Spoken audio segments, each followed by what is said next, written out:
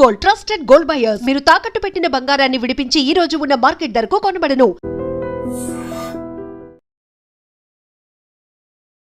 నమస్తే, నేను Kavitha. Welcome to I dream news and నిజాలు.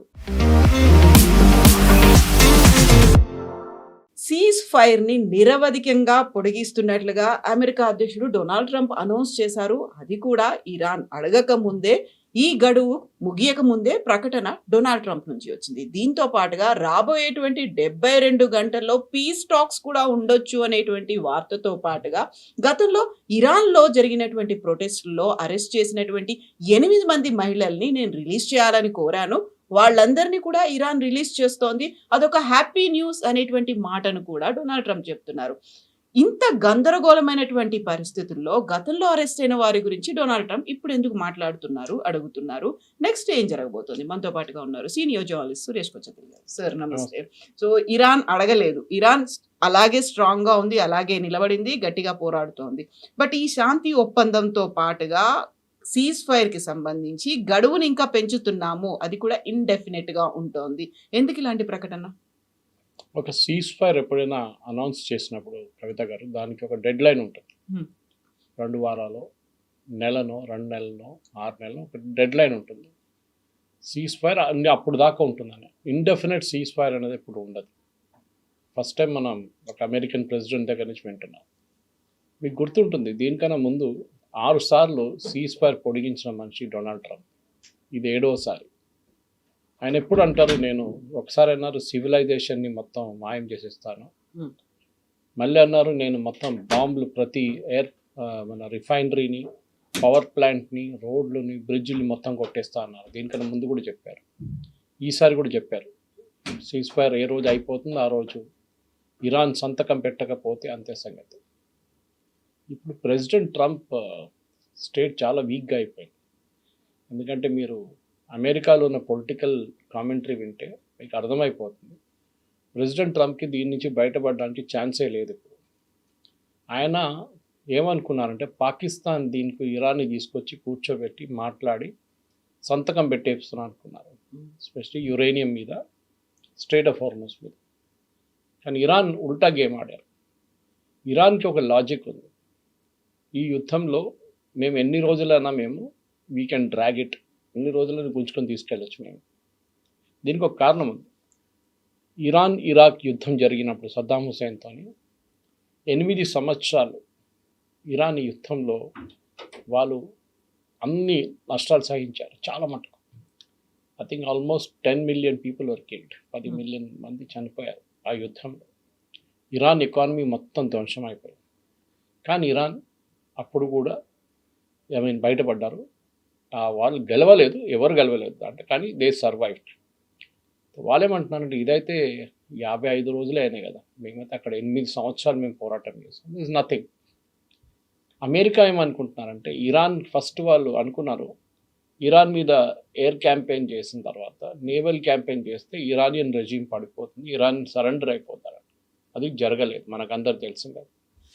జరగలేదు ఒకటే కాదు, ఇరాన్ దాని నుంచి ఒక అసిమెట్రిక్ వార్ఫేర్ వాళ్ళు ఆడారు, మన అందరు చూసాం, డ్రోన్లతో సహా, మిసైల్తో సహా.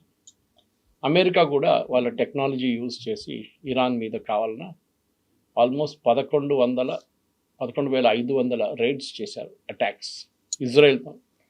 దాంతో 3,000 అటాక్స్ ఇజ్రాయెల్ చేశారు, 8,000 అమెరికా వాళ్ళు చేశారు. అమెరికా దగ్గర ఇప్పుడున్న లేటెస్ట్ పెంటగన్ బ్రీఫింగ్లో కూడా వాళ్ళు డినై చేయలేదు, కానీ చాలా క్లియర్గా ఏం చెప్తున్నారంటే, మా దగ్గర ఇప్పుడు స్టాక్ పైల్స్, అంటే మా దగ్గర ఉన్న మిసైల్, మా వేర్ హౌస్లో ఉన్న మిసైల్స్ అన్ని తగ్గిపోయింది, క్వాంటిటీ తగ్గింది, దాని ప్రొడక్షన్ నడుస్తుంది. మాకు ఇంకొక 2-3 వారాలు కావాలి ఫుల్ లోడ్ తీసుకోవడానికి. నెక్స్ట్ ఒక యుద్ధం ఉంటే మా దగ్గర అన్ని ఆయుధాలు లేవు, అయితే అడ్డుకోవడానికి, లేకుంటే అఫెన్సివ్ ఆర్ డిఫెన్సివ్. సో దానికి మాకు 2-3 వారాలు కావాలి. దానికోసం ప్రెసిడెంట్ ట్రంప్ ఈ సీజ్ ఫైర్ ఎక్స్టెండ్ చేశారని అమెరికాలో ఉన్న డిఫెన్స్ అనలిస్ట్ చేస్తున్న కామెంటరీ. బహుశా అది కరెక్ట్ ఉండొచ్చు, ఎందుకంటే దీనికన్నా ముందు కూడా అమెరికా చెప్పారు మా దగ్గర స్టాక్ పైల్ తగ్గిందని. పీట్ హెస్గెత్ని ఒక ప్రెస్ కాన్ఫరెన్స్లో అడిగారు, ఆయన డైరెక్ట్లీ డినై చేయలేదు, మా దగ్గర కావాల్సినంత మా దగ్గర ఉందన్నారు. But that is not a real answer అన్నమాట. ప్రెసిడెంట్ ట్రంప్ ఇప్పుడు ఈ సీజ్ ఫైర్ని పొడిగించారు. ఇరాన్ అంటున్నారు మేము అడగలేదు. At the same time America blockade చేస్తున్నారు గల్ఫ్ ఆఫ్ ఒమాన్లో, అరేబియన్ సీలో మా షిప్స్ మీద దాడి చేస్తున్నారు, మా షిప్స్ని క్యాప్చర్ చేస్తున్నారు. సో మేము ఈ సీజ్ ఫైర్ని అంగీకరించాము. అమెరికానే we will not allow straight of Hormuz to be open. In fact yesterday మీకు గుర్తుంటుంది, దానికన్నా 2 రోజుల ముందు ఒక 2 ఇండియన్ షిప్స్ మీద దాడి చేశారు, ఇరానియన్ రెవల్యూషనరీ గార్డ్. నిన్న 3 షిప్ల మీద దాడి చేశారు. దాంట్లో 2 వాళ్ళు క్యాప్చర్ చేసుకొని బందర్ అబ్బాస్కి తీసుకెళ్లారు, వాళ్ళ main port strait of Hormuz అవతల. So they have taken it to Bandar Abbas. కానీ యుఎస్ రియాక్ట్ కావట్లేదు.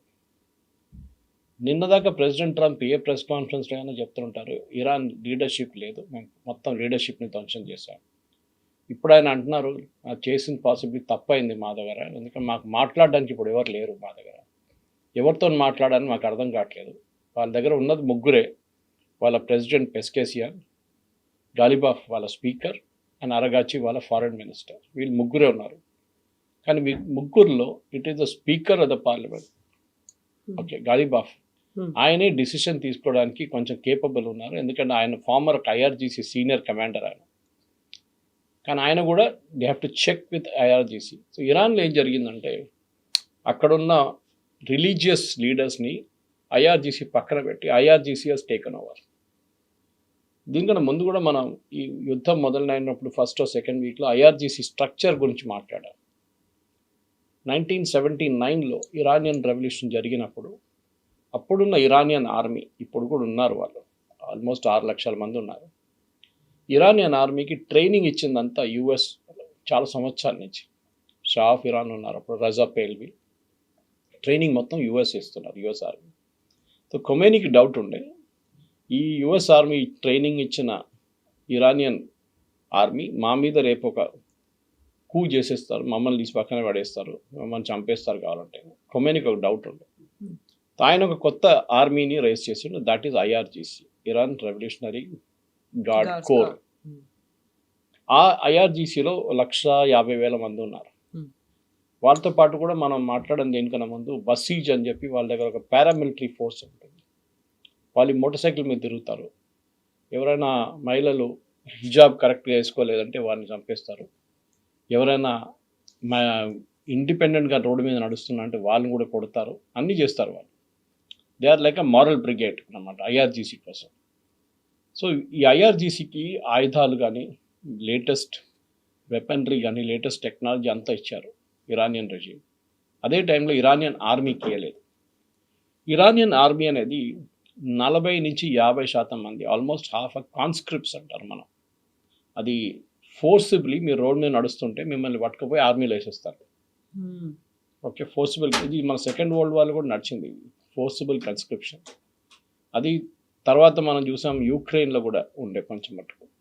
రష్యాలో జరిగిందంటున్నా తెలియదు, కానీ మన వైపు నుంచి కొంత ఇండియన్స్ తీసుకెళ్ళి అక్కడ ఆర్మీలో జాయిన్ చెప్పి కొంతమంది చనిపోయారు కూడా. కన్స్క్రిప్షన్ అనేది సెకండ్ వరల్డ్ వార్ నుంచే వస్తుంది. అది ఈ కన్స్క్రిప్ట్స్ ఎప్పుడు వాళ్ళ ఓపెన్ మైండ్తోనే వెళ్ళలేదు, వాళ్ళని ఎవడో తీసుకెళ్ళి గుంజి దాంట్లో పడేశారు అంతే, ఫోర్సిబుల్గా.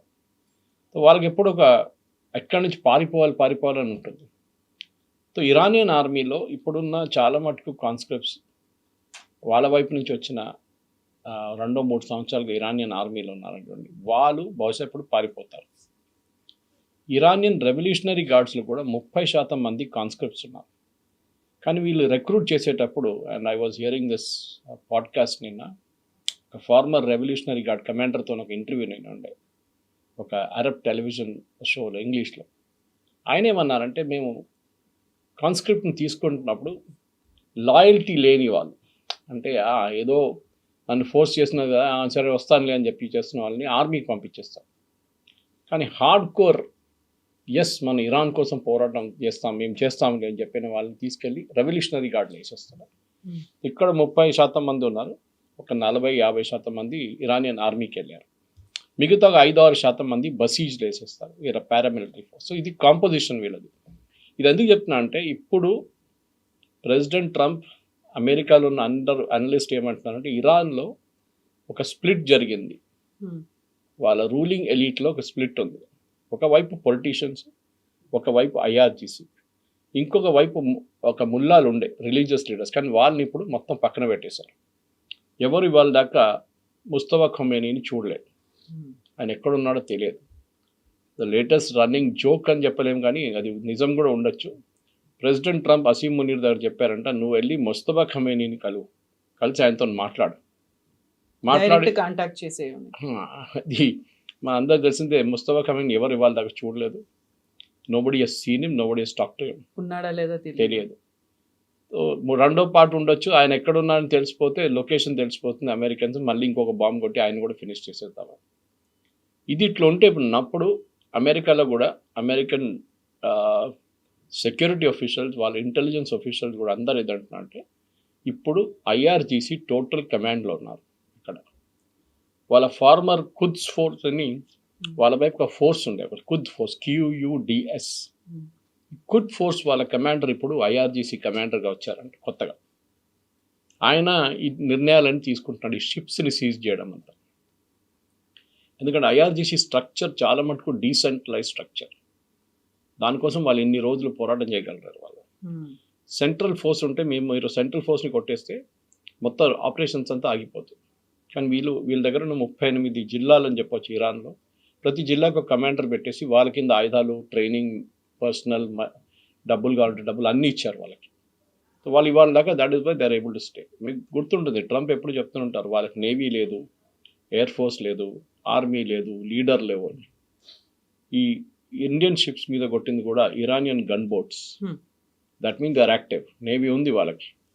అది అటువైపు నిన్న కొట్టిన 2 షిప్ మీద కూడా ఇరానియన్ గన్ బోట్స్ చేశారు. అండ్ ప్రెస్ స్టేట్మెంట్లో చాలా క్లియర్గా ఐఆర్జీసీ చెప్తున్నారు, ఇరానియన్ నేవీ అని చెప్తున్నారు, కావాలని చెప్పి. సో నేవీ ఉందా అంటే ఎస్, నేవీ ఈజ్ దేర్. అది ఎవరు నడిపిస్తున్నారో తెలియదు. యుఎస్ ఎందుకు ఏం చేయకుండా కూర్చున్నారు ఈ షిప్స్ మీద దాడి చేస్తున్నప్పుడు? Why is US not protecting the ships? అదొక పెద్ద ప్రశ్నగా మారిపోయింది. బహుశా American president Donald Trump idea ఏంటంటే, దీని నుంచి ఎట్లైనా బయటపడాలి. ఆయన చాలా రోజులు ట్రై చేస్తున్నారు, కాట్లేదు. అసీం మునీర్ ఒక డబుల్ గేమ్ ఆడారని చెప్పి ఇవాళ పొద్దున ఇరానియన్ ఒఫీషియల్ స్టేట్ మీడియాలో ఒక స్టేట్మెంట్ వచ్చింది. చాలా డేంజరస్ యాక్చువల్లీ అసీం మునీర్కి. నెక్స్ట్ టైం ఇరాన్కి వెళ్తే ఆయన బహుశా అక్కడి నుంచి వాళ్ళు మాయం చేసేస్తారు ఆయన్ని. అసీం మునీర్కి వీళ్ళు కొన్ని పాయింట్స్ ఇచ్చారంట. మీకు గుర్తుంటుంది, ప్రెసిడెంట్ ట్రంప్ చెప్పారు, ఇరానియన్ లీడర్షిప్ ఒక అసీం మునీర్ అడిగారు, సీజ్ ఫైర్ కావాలండి, నేను ఇరానియన్ లీడర్షిప్ని కన్విన్స్ చేసి ఒక ఆర్మీని, ఈ పొలిటీషియన్స్ ఇద్దరు కూర్చోబెట్టి ఒక కామన్ లిస్ట్ ఆఫ్ డిమాండ్స్ మీకు తీసుకొస్తాను. Actually list of demands already వెళ్ళిందంట. అసీం మునీర్ మొన్న 4 రోజుల ముందు తిరిగి పాకిస్తాన్కి వెళ్ళినప్పుడు ఆ లిస్ట్ ఆయన దగ్గర ఉండే, కానీ ఆయన అమెరికన్స్ ఇప్పుడు దాకా ఆ లిస్ట్ ఇవ్వలేదు. మన దగ్గర ఇవాళ ఇండియన్ న్యూస్ ఛానల్స్ కూడా ఈ న్యూస్ వచ్చింది పొద్దున. ఇరానియన్ స్టేట్ టెలివిజన్లో they have confirm that Asim Munir ఒక డబుల్ గేమ్ ఆడుతున్నారు మాతోనే. బహుశా అసీం మునీర్కి భయం ఉంటుంది, ప్రెసిడెంట్ ట్రంప్కి ఈ స్టేట్మెంట్ ఇస్తే, ఈ పాయింట్స్ ఆఫ్ డిమాండ్ ఇస్తే ఆయన అసీం మునీర్ని క్లాస్ తీసుకుంటాడు. దానికోసం మొన్న president Trump made a tweet and Truth సోషల్లో పోస్ట్ చేశారు, it is time for Asim Munir to deliver. ఇప్పుడు మీకు అర్థమవుతుంది why Oman never got involved. Egypt ఎందుకు రాలేదు, తుర్కీ ఎందుకు రాలేదు దీంట్లో పీస్ టాక్స్లో. వాళ్ళకి తెలుసు ఇది ఇక్కడే ఎండ్ అవుతుంది. ఇరాన్ ఇంకా రాకపోతే ఆర్ ఇరాన్ని కన్విన్స్ చేయకపోతే ప్రెసిడెంట్ ట్రంప్ అసీం మునీర్ని కరేపాకు పడేస్తున్నట్లు పక్కన పడేస్తాడు అంతే. ఒకవేళ పీస్ టాక్స్ కనుక సక్సెస్ఫుల్ గా అయితే వచ్చే బెనిఫిట్స్ గురించి ఆలోచించుకున్నారు తప్ప, ఒకవేళ కాకపోతే ఎంత ప్రెషర్ పెడతారు, ఏం జరుగుతుంది అనేది ముందే ఊహించలేదా పాకిస్తాన్? ఊహించలేదు. అండ్ వాళ్ళకేంటంటే వాళ్ళకి ఒక ఇంటర్నేషనల్ క్రెడిబిలిటీ కావాలంటే. నీకు గుర్తుంటుంది సోవియట్స్ వచ్చినప్పుడు ఆ టైంలో గుల్బుద్దీన్ హెక్మతియార్ వీళ్ళందరూ ఉన్నారు, అంటే రెబెల్ ఫోర్సెస్గా చాలామంది ఉన్నారు. Even northern alliance Ahmad Shah Massoud. Pakistan ఆ టైంలో చాలా క్రూషియల్ రోల్ ప్లే చేశారు యుఎస్ కోసం. యుఎస్ ఎప్పుడు పాకిస్తాన్ని వాడుకున్నారు. అది మీరు సోవియట్ కోల్డ్ వార్ టైం నుంచి చూడండి, మీకు కనిపిస్తుంది. ఫస్ట్ సోవియట్స్ వచ్చినప్పుడు పాకిస్తాన్కి F-16లు డబ్బులు విపరీతంగా ఇచ్చారు అమెరికా. కానీ ఏ రోజు సోవియట్స్ పారిపోయారు, that day America stopped funding. అప్పుడు మళ్ళీ అల్-ఖైదా అండ్ తాలిబాన్ అక్కడ కనిపించారు. వాళ్ళు పెద్ద హెడ్ ఇక్కడ లాస్ట్లో వాళ్ళు 9/11 చేసినప్పుడు అమెరికాలో అల్-ఖైదా మళ్ళీ అమెరికా తిరిగి వచ్చారు వాళ్ళని కొట్టడానికి. మీకు గుర్తుంటుంది బొరా బొరా కేవ్స్ అని కేవ్స్ ఉంది ఆఫ్ఘనిస్తాన్లో, అక్కడ దాచుకున్నారు మన ఒసామా బిన్ లాడెన్. లాస్ట్ మనందరూ తెలుసు ఒసామా బిన్ లాడెన్ దొరికింది పాకిస్తాన్లోనే. Whereas America was searching for him in Afghanistan. Hmm. Pakistan ఏం చెప్పారంటే ఈయన ఆఫ్ఘనిస్తాన్లో ఉన్నారు, బోరా బోరా కేవ్స్లో ఉన్నారు, మీరు అక్కడే కొట్టండి అని అమెరికా వాళ్ళు వారం 2, 3, 4 వారాలు బాంబింగ్ చేశారు అక్కడ. కానీ ఒసామా బిన్ లాడెన్ అక్కడ లేరు. పాకిస్తాన్లో ఉన్న ఇంటెలిజెన్స్ ఏజెన్సీస్ ఐఎస్ఐ ఆయన్ని అటోబాబాద్కి తీసుకొచ్చారు, పాకిస్తాన్కి తీసుకొచ్చి ఒక సేఫ్ హౌస్లో పెట్టారు, ఎవరికి తెలియకుండా. దాని తర్వాత 190 మంది ఐఎస్ఐ ఇంటెలిజెన్స్ ఆఫీసర్స్ని అక్కడ అల్ఖైదా వాళ్ళ మీద దాడి చేస్తారని తెలిసినప్పుడు వాళ్ళని ఓవర్ నైట్ ఒక 10 హెలికాప్టర్స్లో ఎయిర్ లిఫ్ట్ చేసి పాకిస్తాన్కి తీసుకొచ్చారు. అది ఎందుకంటే వాళ్ళు అక్కడ ఉంటే వాళ్ళని డెఫినెట్గా చంపేస్తారు. సో పాకిస్తాన్ రోల్, అమెరికా ఎప్పుడు పాకిస్తాన్ని వాడుకున్నారు, ఇది మనం పర్వేజ్ ముషర్రఫ్ స్టేట్మెంట్లో మీకు తెలుసు. జియాల్ హక్తోని పాకిస్తాన్ ఆర్మీ చీఫ్తోని అమెరికాకి చాలా మంచి రిలేషన్షిప్ ఉంది. కానీ ఏ రోజు జియాల్ హక్ అమెరికా వ్యతిరేకంగా తిరిగాడో నెక్స్ట్ వీక్ ఆయన పెషావర్ నుంచి ఇస్లామాబాద్కి వస్తున్న ఒక ఎయిర్క్రాఫ్ట్లో సిఐఏ వాళ్ళకు పెద్ద బాంబు పెట్టారు. మామిడికాయలు తీసుకొస్తున్న దాంట్లో మామిడికాయలతో సహా ఒక బాంబు పెట్టారు. The case of exploding mangoes అని చెప్పి చాలా ఫేమస్ ఒక బుక్ ఉంది దాని మీద. సో అమెరికా ఒక పాలసీ ఉంది, ఎప్పుడైనా పాకిస్తాన్ ఆర్మీని వాడుకుంటారు, దాని తర్వాత వాళ్ళని పక్కన పడేస్తారు. దానికోసం తాలిబాన్ వచ్చిన తర్వాత, అల్ఖైదా ఎలిమినేట్ అయిన తర్వాత, నేటోతోని యుఎస్ పారిపోయిన తర్వాత పాకిస్తాన్కి డబ్బులు ఇవ్వలేదు లాస్ట్ 10 సంవత్సరాల్లో. The started from president Trump first term, దానికన్నా ముందు ఒబామా టైం నుంచి స్టార్ట్ అయ్యింది. ఒబామా, ప్రెసిడెంట్ ట్రంప్, బైడెన్, మళ్ళీ ప్రెసిడెంట్ ట్రంప్. ఇప్పుడు ప్రెసిడెంట్ ట్రంప్ సెకండ్ టర్మ్లో వచ్చినప్పుడు పాకిస్తాన్కి డబ్బులు ఇవ్వడం మొదలుపెట్టారు. ఈవెన్ వాళ్ళ F-16 దానికి సాఫ్ట్వేర్ అప్గ్రేడ్ కూడా లేకుండా దాన్ని అప్గ్రేడ్ చేయడానికి $160 మిలియన్ ఒక అగ్రిమెంట్ చేశారు అమెరికా. పాకిస్తాన్ అన్నారు మా దగ్గర డబ్బులు లేదంటే నో ప్రాబ్లం, మేము మీకు లోన్గా ఇస్తామని లోన్ ఇచ్చి అమెరికా దాన్ని రిపేర్ చేస్తున్నారు. 5 F-16 ఎయిర్క్రాఫ్ట్, దాంట్లో ఒక 2-3 F-16 తీసుకెళ్ళి ఇప్పుడు సౌదీ అరేబియాలో వేసేసారు Pakistan. So Pakistan army history ఎందుకు చెప్తున్నా అంటే ఇప్పుడు ఈ డబుల్ క్రాసింగ్ గేమ్ నడుస్తుంది చూడండి, ఇది కొత్తదేం కాదు. మనం అనుకుంటాం అసీం మునీర్ ఏదో పెద్ద పని చేస్తున్నారు కాదు, they are playing this game from a long time. Shahbaz షరీఫ్ని వాడట్లేదు ఫుల్ టైం, అసీం మునీర్ని వాడతారు, పర్వేజ్ ముషర్రఫ్ని వాడారు, దానికన్నా ముందు జియాల్ హక్ని వాడారు. 71లో కూడా యుద్ధం టైంలో కూడా మనం చూసాం పాకిస్తాన్ ఎట్లా ఏం చేశారని. ఆ టైంలో కూడా యుఎస్ పాకిస్తాన్ సపోర్ట్ చేసి వాళ్ళ 5th ఫ్లీట్, యుఎస్ 5th ఫ్లీట్ని తీసుకొచ్చి they put it in Bangladesh, was it 7th fleet, 7th ఫ్లీట్ని తీసుకొచ్చి బంగ్లాదేశ్లో పెట్టారు. హెన్రీ కిస్సింజర్ అప్పుడు వాళ్ళ ఫారిన్ సెక్రటరీ. కానీ అప్పుడు మనకు సోవియట్స్ వచ్చి హెల్ప్ చేశారు. సోవియట్స్ వాళ్ళ సబ్మెరీన్ తీసుకొచ్చి చిట్టగాంగ్ దగ్గర పెట్టారు బంగ్లాదేశ్లో. సో అమెరికన్స్ రాలేకపోయారు. సో ఎప్పుడు పాకిస్తాన్ ఆర్మీని వాడుకుంటారు, ఇదొక హిస్టరీ ఉంది. మేము చాలా డెప్త్గా ఉన్న సబ్జెక్ట్ ఇది, మాట్లాడితే మనకి ఒక గంట సేపు మాట్లాడదు దీని గురించి. స్పెసిఫిక్స్ ఉన్నాయి మీకు. నేను బోరా బోరా కేవ్స్ ఒక ఎగ్జాంపుల్ ఇచ్చాను, కానీ చాలా మటుకు అహ్మద్ షా మసూద్ని చంపిన దాంట్లో ఐఎస్ఐ రోల్ ఉందని అందరికి తెలుసు. Because Ahmad Shah Massoud was considered చాలా క్లోజ్, ఇండియాతో చాలా క్లోజ్ అని వాళ్ళకి తెలుసు. ఈ 9/11 జరిగే ఇన్ఫర్మేషన్ అహ్మద్ షా మసూద్ దగ్గర ఉండే. ఆయన ఒక సిరియన్ టెలివిజన్ ఛానల్కి, న్యూస్ ఛానల్కి ఇంటర్వ్యూ ఇచ్చారు దీని గురించి మాట్లాడడానికి. వాళ్ళు ఏం చేశారంటే అదే కెమెరా లోపల ఒక మిసైల్ పెట్టుకొని అహ్మద్ షా మసూద్ని చంపారు. మీకు గుర్తుంటుంది ఆ కేసు. సో పాకిస్తాన్ హిస్టరీ అట్లా ఉంది. ఇప్పుడు ఇరాన్తో ఎందుకు వెళ్ళారంటే, ఒకటి అసీం మునీర్ అండ్ కాసిం సులేమాని, దీనికన్నా ముందు కూడా చెప్పాను, వెరీ క్లోజ్ ఉండేవాళ్ళు. మన IRGC చీఫ్, వారిని అమెరికా ఫినిష్ చేసేసారు ఫస్ట్ ట్రంప్ టర్మ్లో. ఇప్పుడు కూడా చాలా క్లోజ్. IRGC కూడా ఆయన వాడుకున్నారు. ఎందుకంటే మెయిన్లీ పాకిస్తాన్ దగ్గర ఉన్న న్యూక్లియర్ టెక్నాలజీని చాలా మటుకు, ఎస్పెషలీ ఎన్రిచ్మెంట్ టెక్నాలజీని ఇరాన్ పాకిస్తాన్ దగ్గర నుంచి తీసుకున్నారు. ఇరాన్ మీద చాలా మటుకు ఆంక్షలు పెట్టారు. దానికి Iran has done. Today morning ఇంకొక న్యూస్ వచ్చింది ఇంట్రెస్టింగ్గా. పాకిస్తాన్ నుంచి ఉన్న ఒక రెబెల్ గ్రూప్ ఒకటి ఉంది, ఇరాన్ వ్యతిరేకంగా ఎప్పుడు వాళ్ళు అటాక్ చేస్తూనే ఉంటారు. మీకు గుర్తుంటుంది 8 నెలల ముందు పాకిస్తాన్ ఇరాన్ ఒక చిన్న లిమిటెడ్ వార్ జరిగింది 3 రోజులకి. పాకిస్తాన్ ఇరాన్లో ఉన్న కొంతమంది రెబెల్స్ మీద దాడి చేశారు. ఇరాన్ ఏం చేశారు, వాళ్ళ ఎయిర్క్రాఫ్ట్ తీసుకొచ్చి పాకిస్తాన్ వైపు ఉన్న కొంతమంది రెబెల్స్ మీద దాడి చేశారు. ఇది బలూచిస్తాన్ ఏరియాలో మెయిన్లీ అన్నమాట. నిన్న జరిగింది మళ్ళీ అదే, ఇరాన్ దాడి చేశారు. నేను ఇమాజిన్, ఈ యుద్ధం నడుస్తున్నప్పుడు ఇరాన్ మిగతా దేశాల మీద బాంబు వేస్తే, నిన్న పాకిస్తాన్ మీద బాంబు వేశారు. నిన్న అండ్ పాకిస్తాన్ పీస్ టాక్స్ కోసం ఒక ప్లాట్ఫామ్ని ప్రొవైడ్ చేస్తోంది. అది కాదు, ఇంటర్నేషనల్ మీడియాలో except for few American channels మిగతా ఎవ్వరు ఈవెన్ ఇండియాలో కూడా కవర్ చేయలేదు. దట్ ఇరానియన్ గవర్నమెంట్ వాళ్ళక రెబెల్ గ్రూప్ మీద, పాకిస్తాన్లో ఉన్న రెబెల్ గ్రూప్ మీద, ఇరానియన్ సోల్జర్స్ మీద దాడి చేస్తున్నారని చెప్పి, ఇరానియన్ గవర్నమెంట్ అసెట్స్ మీద దాడి చేస్తున్నారని చెప్పి వాళ్ళు ఈస్టర్న్ ఇరాన్లో దాడి చేశారని చెప్పి పాకిస్తాన్లో ఉన్న వెస్టర్న్ ఫ్రంట్లో బలూచిస్తాన్ వైపు వాళ్ళు నిన్న బాంబ్ చేశారు. ఇట్స్ అ బిగ్ న్యూస్, కానీ ఎక్కడ రాలేదు. ఎనీవే, ఇప్పుడు ప్రాబ్లం ఎక్కడ వచ్చిందంటే ప్రెసిడెంట్ ట్రంప్కి ఈ యుద్ధం ఆపాలంటే ఒకటి ఇరాన్ ఒక సాలిడ్ ప్రపోజల్ తీసుకురావాలి. అది రాదు, ఎందుకంటే మన అందరు తెలిసిందే మెయిన్ స్టికింగ్ పాయింట్ దాంట్లో యురేనియం.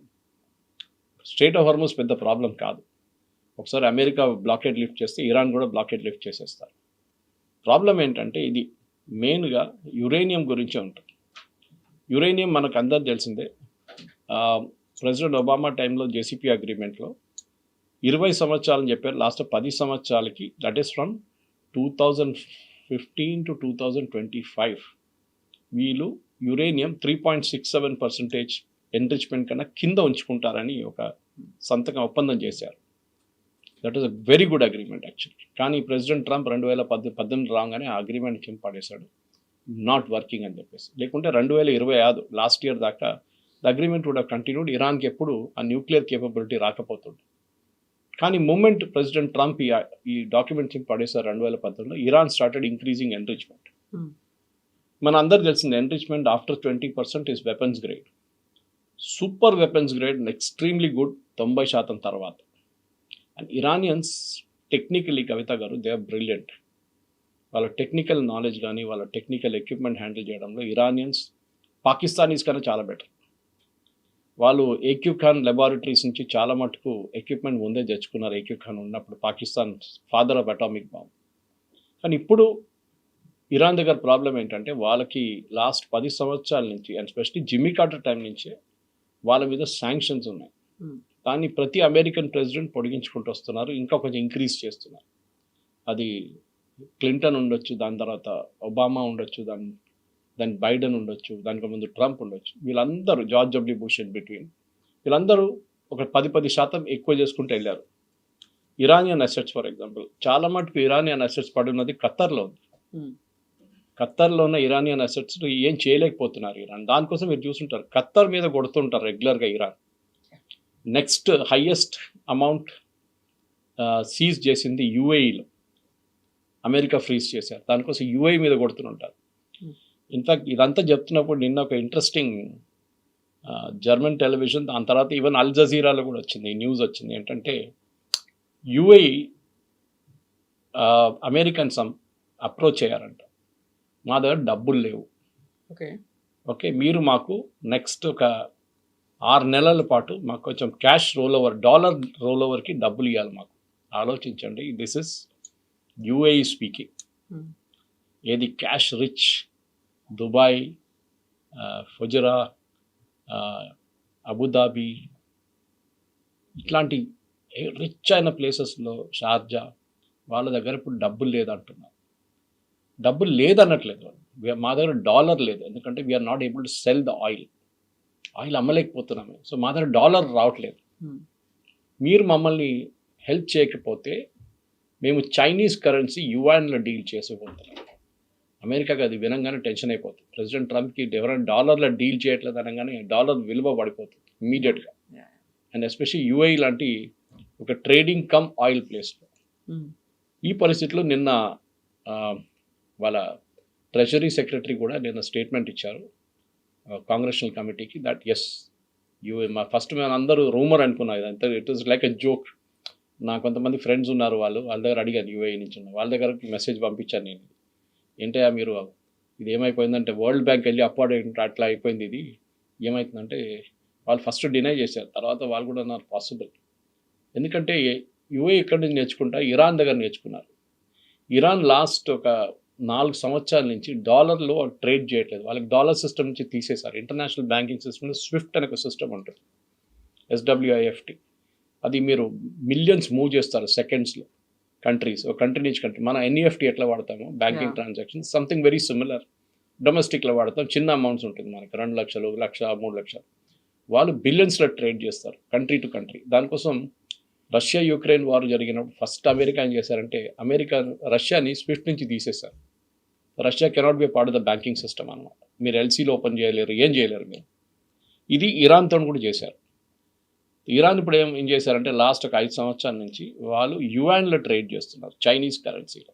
కోసం మీకు చెప్పాను దీన్ని ఎట్లా చేస్తారు వాళ్ళు ఏం చేస్తారంటే యువాన్లో పేమెంట్ తీసుకుంటారు, తీసుకొని వాళ్ళు దాన్ని కన్వర్ట్ చేయాల్సి వస్తుంది. ఇంటర్నేషనల్ లెవెల్లో ఏదైనా కరెన్సీలో కన్వర్ట్ చేయాలి. Yuan is not internationally convertible. వాళ్ళు ఏం చేస్తారు, యువాన్ డబ్బులంతా రష్యాకి అప్పగించేశారు. రష్యా ఏం చేశారు, దాన్ని కన్వర్ట్ చేసి కమిషన్ తీసుకొని దాన్ని క్రిప్టో కరెన్సీగా ఇరాన్కి మళ్ళీ పంపించారు. ఇరాన్ క్రిప్టో కరెన్సీ పెట్టుకొని వాళ్ళకి కావాల్సిన సరుకులను తెప్పించుకున్నారు. ఇది జరుగుతుందన్నమాట. సో అదే గేమ్ ఇప్పుడు యుఏఈ కూడా ఆలోచిస్తున్నారు. Rumour is that even Saudi Arabia అన్నారంట, మాకు కూడా డాలర్లు కావాలి, మా డాలర్ లేవు, అయిపోయిన డాలర్లన్నీ. లేకుంటే వాళ్ళ దగ్గర ఇంటర్నేషనల్ అసెట్స్ అన్ని అమ్ముకోవాల్సి వస్తుంది. వాళ్ళు ఇక్కడ బయట సూపర్ మార్కెట్లు కొనుక్కున్నారు, పెద్ద పెద్ద అపార్ట్మెంట్లు కొనుక్కున్నారు, చాలా చోట్ల పెట్టుబడి పెట్టారు. Stock market, US stock market, స్టార్టప్స్లో అక్కడ యుఎస్లో, అదంతా వాళ్ళు అమ్ముకోవాల్సి వస్తుంది నెక్స్ట్. సో ఒక మెయిన్ లాజిక్ ఏమి యూజ్ చేస్తున్నారంటే నెక్స్ట్ 3 నెలలు ఈ క్రైసిస్ నడుస్తుంటే అన్నిటికంటే పెద్ద బెనిఫిషరీ కావబోతుంది రష్యా. ఆలోచించారు, Russia is not in the oil system, కానీ ఇప్పుడు కూడా యుఎస్ వాళ్ళకి వేవర్ ఇచ్చారు మళ్ళీ కొత్తగా, మీరు అమ్ముకోండి ఇంటర్నేషనల్ మార్కెట్. రష్యా ఇప్పుడు $101 పర్ బ్యారెల్ అమ్ముతున్నారు, పర్ బ్యారెల్. వాళ్ళు $40 మనకు అమ్ముతుండే క్రైసిస్ టైంలో, వాళ్ళు బ్యాన్ చేసినారు. ఆలోచించండి, $60 ఎక్కువ. 6 నెలల పాటు ఈ యుద్ధం ఇంకా పొడిగిస్తే రష్యాకి ఇప్పుడు దాకా యుద్ధంలో, యుక్రెయిన్ యుద్ధంలో జరిగిన ఖర్చు అంతా they can write of. That is a kind of, మనం ఒట్టిగా ఏదో యుద్ధం జరుగుతుంది అక్కడ వెస్ట్ ఏషియాలో స్ట్రెయిట్ ఆఫ్ హార్మస్ కాదు, చాలా పెద్ద ఒక పొలిటికల్ గేమ్ ఉంది. ఒకవైపు చైనా, వాళ్ళు కూడా గేమ్ చాలా కేర్ఫుల్గా చూస్తున్నారు. వాళ్ళు ఆయిల్ ఇరాన్ దగ్గర నుంచి తీసుకుంటారు, ఇరాన్కి వాళ్ళు డబ్బులు ఇయ్యరు, ఇరాన్కి ఇచ్చేది వాళ్ళు ఆయుధాలు ఇస్తున్నారు. మొన్న ఒక షిప్ని బోర్డ్ చేశారు యుఎస్, మీరు యుఎస్ మెరైన్స్ దాంట్లో ర్యాపెల్ చేసి కిందకి వచ్చి ఆ షిప్ని సీజ్ చేసుకున్నారు. ప్రెసిడెంట్ ట్రంప్ అన్నారు, we found some very interesting things, I didn't expect Xi Jinping to do this అన్నారు. అంటే నేను జీ జింగ్పిన్ ఇట్లా చేస్తారని ఎప్పుడు అనుకోలేదు. ఇప్పుడు న్యూస్ రిపోర్ట్స్ ఏమొస్తుందంటే దాంట్లో ఆయుధాలకు కావాల్సిన కెమికల్, అంటే మిసైల్స్కి, డ్రోన్స్కి కావాల్సిన కెమికల్ని చైనా పంపిస్తున్నారంట, అది కంటైనర్స్లో, అది పట్టుకున్నారు ఇప్పుడు యుఎస్. దానికోసం చైనీస్ స్పోక్స్ పర్సన్ నిన్న ఒక స్టేట్మెంట్ ఇచ్చారు బీజింగ్లో, దట్ దిస్ యుద్ధాన్ని ఇప్పుడు ఇమ్మీడియట్గా ఆపాలి, మా షిప్ని మీరు బోర్డ్ చేసింది international piracy, it is not correct అని చెప్పేసి. చూద్దాం, కానీ నా అంచనా ప్రకారం ఇది ఇంకా కాంప్లికేటెడ్ అయిపోతుంది. ప్రెసిడెంట్ ట్రంప్ చాలా వీక్ పొజిషన్లో ఉన్నారు ఇప్పుడు. మీరు చూడండి, ఆయన బాడీ లాంగ్వేజ్ కూడా, ఆయన రోజుకి 10 ట్వీట్లు చేస్తుండే, ఇప్పుడు ఆ ట్వీట్లు అన్నీ తగ్గిపోయాయి చాలా మటుకు. Is not tweeting much. A tweet చేసినా కానీ అది 2-3 లైన్లో 4 లైన్లో, మీరు చెప్పినట్లు 8 ఇరానియన్ మహిళలను నేనే రక్షించాను. ఇరాన్ అంటున్నారు, ఎవరు మహిళలు, ఎవరు ఎక్కడ, ఎవరు ఎగ్జిక్యూషన్, మేము ఏం చేయలేదు, మేము అనౌన్స్ జనవరిలో అయిపోయింది, ఇప్పుడు ఎందుకు మాట్లాడుతున్నారు. సో వాళ్ళు కూడా అంటున్నారు, అంటే ఆయన ఒక he wants to stay relevant. American ప్రజలు అడుగుతున్నారు. అమెరికాలో మిడ్ టర్మ్ పోల్స్కి క్యాండిడేట్ సెలెక్షన్ ఇంకా 2-3 నెలల్లో మొదలైపోతుంది. ఆల్రెడీ వర్జీనియా లాంటి ప్లేసెస్లో నిన్న కొన్ని సీట్స్ ఇంక్రీజ్ చేసుకున్నారు, మీరు చూసుంటారు. దాని వ్యతిరేకంగా కూడా ఆయన ట్వీట్ చేశారు. ఓకే, వర్జీనియాలో రిపబ్లికన్స్ పొద్దున్నుంచే గెలుస్తున్నారు, సాయంత్రం దాకా కాగానే డెమోక్రాట్స్ గెలిచారు, ఇదంతా ఓట్ చోరీ అని చెప్పి ఆయన కూడా ఒక ఓట్ చోరీ అక్కడ పెట్టాడు. వాళ్ళ కౌంటింగ్ సాయంత్రం నుంచే మొదలవుతుంది, ఈయన పొద్దున్నుంచే మొదలైంది అంటున్నాడు కౌంటింగ్. ఎనీవే, అది వాళ్ళ లోకల్ పాలిటిక్స్, కానీ అది పెద్ద politics. Number of seats increase చేస్తున్నాం, మన డీలిమిటేషన్ లాగా they are increasing the number of seats ప్రతి స్టేట్లో, యుఎస్ స్టేట్లో. అది ఫైనల్ అవుట్కమ్లో మీ కాంగ్రెషనల్ పోల్స్లో చాలా మటుకు పెద్ద రోల్ ప్లే చేయబోతున్నారు అన్నమాట. ఇప్పుడు ప్రెసిడెంట్ ట్రంప్ మీరు చూడండి, లాస్ట్ 3 రోజుల్లో is unusually very quiet. President Trump is more interested in the ballroom అంటున్నాడు. అక్కడ బాల్ రూమ్ రీకన్స్ట్రక్షన్ నడుస్తుంది వైట్ హౌస్లో, దాని మీద ఆయనకి ఎక్కువ ఇంట్రెస్ట్ ఉంది, యుద్ధంలో ఉన్న ఇంట్రెస్ట్ అంతా పోయింది అంటున్నారు. ఆయన బేసిక్లీ బయటపడాలి దీని నుంచి. జేడీ వ్యాన్స్ ఎక్కువ మాట్లాడలేదు, మార్కో రూబియో మాట్లాడలేదు. The only 2 people are speaking is Trump or Pete హెస్కెల్, వాళ్ళ వార్ సెక్రటరీ. ఇంకా ఇది ఎక్కడికి వెళ్తుందో మనకు తెలియదు బహుశా, కానీ ట్రంప్ డెఫినెట్లీ యుద్ధం ఓడిపోయారు అమెరికా, దాంట్లో డౌట్ లేదు. ఎస్, ఇరాన్ మీద ప్రెషర్ ఉంది, నేను చెప్పాను చూడండి. ఇరాన్ ఆయిల్ ఫీల్డ్స్ వస్తున్న ఆయిల్ అంతా కర్గైల్ అండ్ ట్యాంక్స్లో ఫుల్ అయిపోయింది. అది దీనికన్నా ముందు కూడా మనం మాట్లాడాం, second week third week spoke about this. ఇరాన్లో ఉన్న షిప్స్ వచ్చి ఆయిల్ తీసుకెళ్ళకపోతే ఆ ట్యాంక్స్ ఫుల్ అయిపోతాయి. ఇరాన్లో ఉన్న ప్రతి ఆయిల్ ఫీల్డ్ నుంచి ఉన్న పైప్ చేస్తున్న అన్ని కర్గైలాండ్కి వస్తుంది. ఇది ఫుల్ అయిపోతే ట్యాంక్ బ్యాక్ ఫ్లో మొదలవుతుంది. అంటే ఇదే క్రూడ్ ఆయిల్ మళ్ళీ రిటర్న్ పైపులకి వెళ్ళిపోతుంది, ఆ పైప్ నుంచి మళ్ళీ వెల్కి వెళ్ళిపోతుంది. అప్పుడు వెల్ మొత్తం డ్యామేజ్ అయిపోతుంది, ప్రెషర్ ఎక్కువై ఎక్స్ప్లోడ్ కూడా కావచ్చు, మట్టి కూడా మొత్తం దాని లోపల పడిపోతే that well cannot be used again. Possibly నేను అనుకుంటాను ప్రెసిడెంట్ ట్రంప్ గేమ్ ఇది. ఇంకో 2-3 రోజుల్లో ట్యాంక్స్ ఆర్ ఫుల్, ఈ బ్యాక్ ఫ్లో మొదలైతే ఇరాన్ డెఫినెట్గా ఏదో ఒక ప్రపోజల్ తీసుకొస్తారు ట్రంప్ దగ్గర. కాకపోతే ఇంకొక ఆప్షన్ ఉంది which is a very dangerous option. Iran ఏం చేస్తారంటే వాళ్ళ దగ్గర ఉన్న క్రూడ్ మొత్తం కర్గైలాండ్ నుంచి ఓపెన్ చేసి పర్షియన్ గల్ఫ్లో పడేస్తారు. ఓషన్లోకి వెళ్ళిపోతుంది.